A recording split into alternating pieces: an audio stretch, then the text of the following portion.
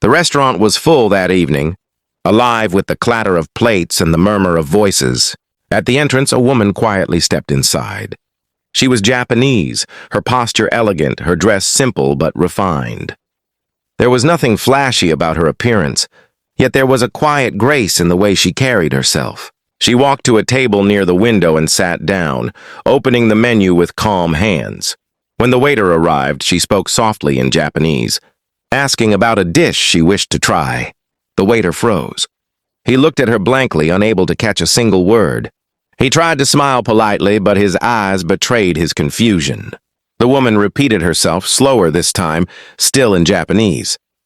The waiter shook his head nervously and left, whispering to another colleague. Soon, 2 more staff members approached. They each tried to ask her questions in English, but the woman continued in her own language. Her voice was gentle, yet each sentence fell into silence, unanswered. Around her, a few customers began to notice. Some exchanged puzzled looks, others chuckled quietly, assuming she must be a lost tourist who had chosen the wrong place to dine. The Japanese woman, however, remained calm. She did not raise her voice or show frustration. She only sat straighter in her chair, her eyes focused on the menu as if searching for something familiar. Inside, though, a faint sadness stirred. She had traveled far, carrying with her the memories of a different life, one where people bowed respectfully and understood her every word. Here, in this crowded restaurant, she felt invisible, as if her language erased her presence. The staff huddled near the counter, debating what to do. One suggested bringing a translation app. Another shrugged and said to let her leave if she could not order. Their voices carried across the room, careless and unkind. To the woman, their whispers felt heavier than their silence. She sipped from the glass of water placed before her, her expression unreadable, but her eyes carried a loneliness few could see. As more minutes passed, impatience began to grow among the waiters. Customers started murmuring, some even laughing at the strange scene. To them, she was just a foreigner struggling in a world that did not care to listen. None of them knew who she truly was. None of them could guess that behind her quiet demeanor was a millionaire, a woman of influence and generosity, simply longing for a meal and a kind word in her own language. Yet in that moment, she was only a stranger surrounded by noise, waiting for someone, anyone, who could understand. The restaurant buzzed with whispers as the Japanese woman sat alone, her quiet struggle unfolding before everyone's eyes. Some diners pitied her, others judged her, and the staff grew restless.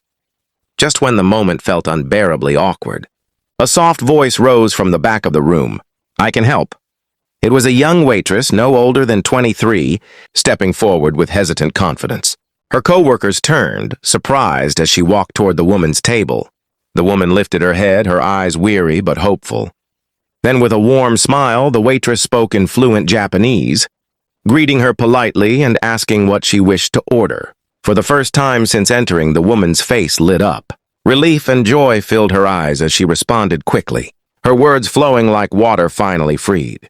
The two began conversing easily, their voices soft yet clear, carrying a music that no one else in the room understood. The other staff members stood frozen, their mouths slightly open, shocked that the shy waitress who rarely spoke much English was suddenly fluent in Japanese.